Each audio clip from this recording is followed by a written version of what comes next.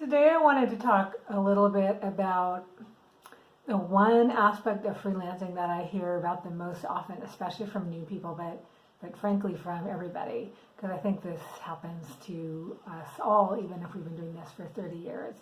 And that is what we call imposter syndrome. And I know you know what I'm talking about. This is a feeling where even if you've been doing that kind of work, the kind of work you're doing for years and years and years and years, you still get these feelings of intimidation and doubt and worry, and you think, oh my God, I really don't know what I'm doing.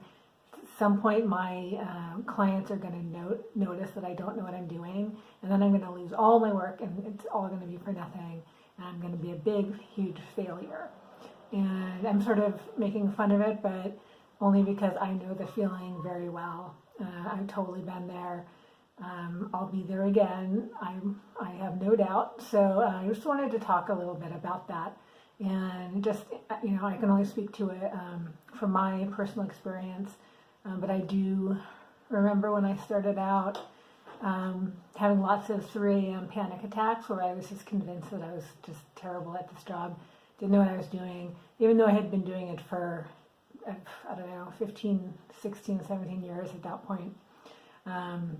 Still feeling like, oh God, I just don't know what I'm doing, and everybody's going to find out someday. And so what helped me get over that is basically logic. I logicked myself out of that mindset, and I continue to when it pops back up for me.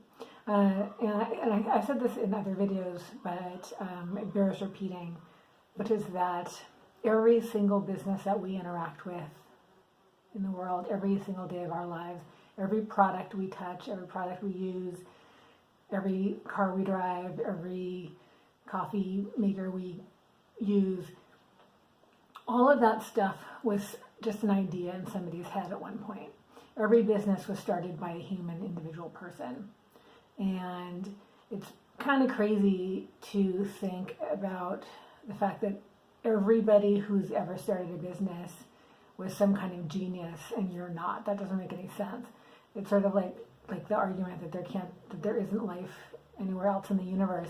That just doesn't seem possible mathematically. So you can't be the only person who struggles and who sometimes falters. You don't always know what you're doing, but neither does anybody. So when I sort of figured that out, that everything I see around me was created by a person, and the idea was created by a human individual person like me, it made me feel a lot better about the fact that sometimes I worry, and sometimes I don't think I'm very good at things. But so what? The very worst thing that could possibly happen, if I really truly am an imposter, the worst absolute thing that can happen is I have to get another job.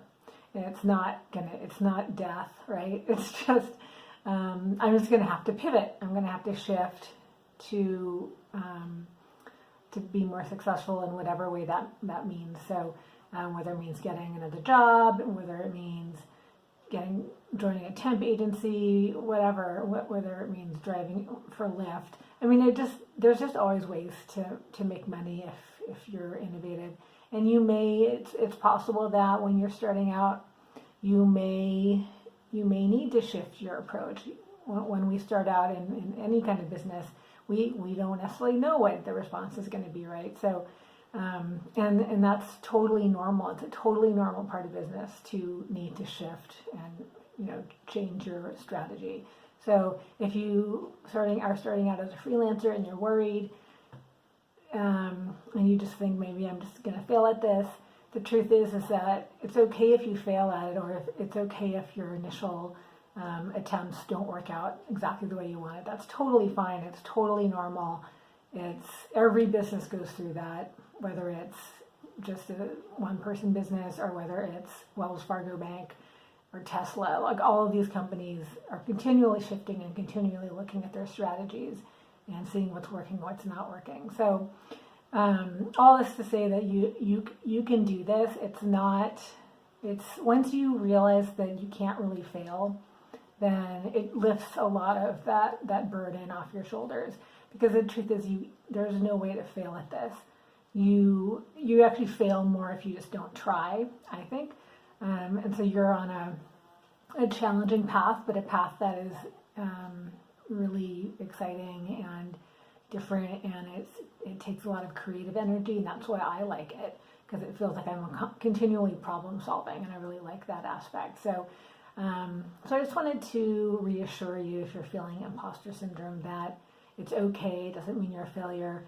All you can do is just change your approach and change your technique, and that's what we do every day of our lives anyway. So don't worry, you can do this. And if anybody tells you different, don't listen to them. You'll be fine. Good luck out there.